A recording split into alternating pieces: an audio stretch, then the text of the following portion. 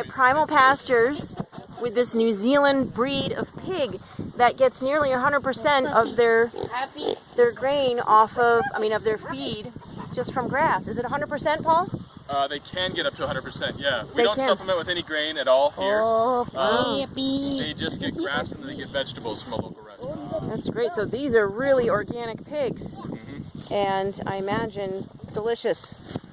Almost like a red meat pork. So the other white meat and all that stuff is actually like because they're raising them inside in a conventional grow house. They can't even turn around. They're so packed in all the time. They're eating like a corn and soy only diet. So their meat is actually more red then, because they're getting a more... When they're eating more green diet, they're going to become way more red meat. So our pork almost looks like meat. It's kind of cool. And the flavor is like on a whole different level too. Same with the chicken. The chicken's an even darker, like a redder meat than you'd usually see with chicken too. The flavors. And the chickens are behind us here. Can you just tell us again a little bit about how your pasture-raised chickens are different from organic and free-range and all that? Yeah, so we use the Joel Salatin chicken tractor method. So they live 75 to 100 per pen. Every single day they're rotated to fresh pasture. It's a very normal way of raising chickens. It's not a weird thing. It's not out there. This is the way it's been done for a long time. But 99.9999 forever % of chickens raised inside now in America and most Western countries. So they raise them inside in about a 600-foot long tunnel, 40-foot wide. Whether that's free range or if it's organic or cage free, they all live inside what's called these grow houses or barns.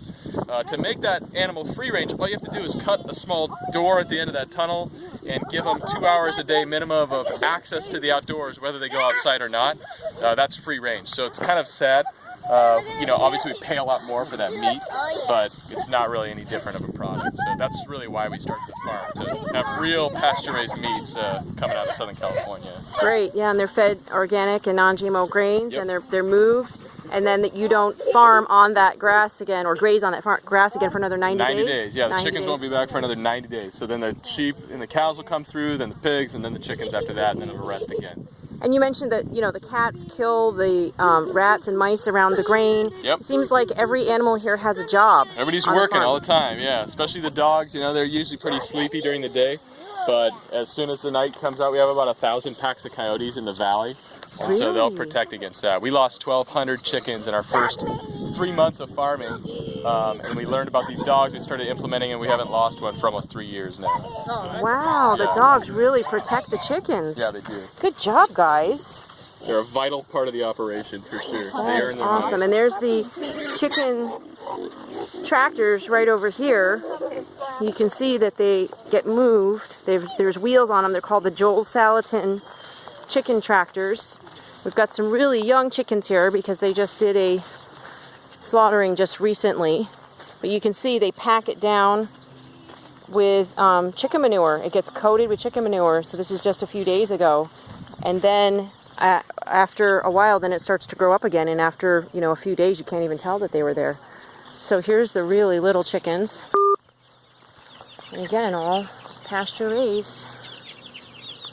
Non-GMO organic grains. Lots of flies, but I imagine they have a role too, because the flies, I imagine the maggots and everything are good chicken feed.